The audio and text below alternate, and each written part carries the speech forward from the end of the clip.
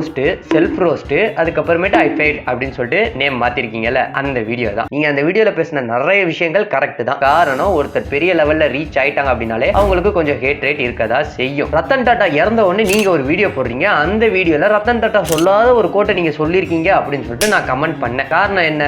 சரி, அந்த மனுஷன் சொன்னா புரிஞ்சுப்பாரு அப்படின்னு நினைச்சுதான் ஒரு காமன் மேனா நான் கமெண்ட் பண்ணேன். நீங்க அந்த கமெண்ட்டை டெலீட் பண்ணிட்டு அதை இக்னோர் பண்ணிட்டு போயிட்டீங்க. அப்புறமேட்டு நான் ஒரு வீடியோவாவே மேக் பண்ணி அதை போட்டேன். டீ கடையில நின்று பேசக்கூடிய ஒரு பையன் மாதிரி பேசுறேன் அப்படின்னு நீங்க சொல்றீங்களே, அதே டீ கடையில நின்று கேட்கக்கூடிய ஒரு ஆளு தம்பி நீ சொல்றது தப்பா இருக்குப்பா அப்படின்னு சொல்லி உங்ககிட்ட சொன்னா அதை இக்னோர் பண்ணிட்டு போயிடுறீங்க. நீ சொல்றத நான் ஏன் கேட்கணும் அப்படிங்கிற மென்டாலிட்டியா, நீ சொல்றதை கேட்கிற அளவுக்கு உனக்கு என்ன தகுதி இருக்கு அப்படின்னு நீங்க சொல்ல வரீங்களா? பெரிய லெவல்ல இருக்கிற ஒரு யூடியூபர் சொன்னா நீங்க மாத்திக்கிறீங்க. சிம்பிளா ஒரு கமெண்ட் போடுறோம் அப்படின்னா அந்த கமெண்ட் நீங்க பார்க்கலன்னா பிரச்சனை கிடையாது. அந்த கமெண்ட்டை ஹைடு பண்ணிட்டு அதை இக்னோரன்ஸ் பண்ணிட்டு போறீங்கல்ல, அதுக்கு பேர் என்ன? இதுக்கு எம்ஜி பார்த்து ரிப்ளை பண்ணா நல்லா இருக்கும்.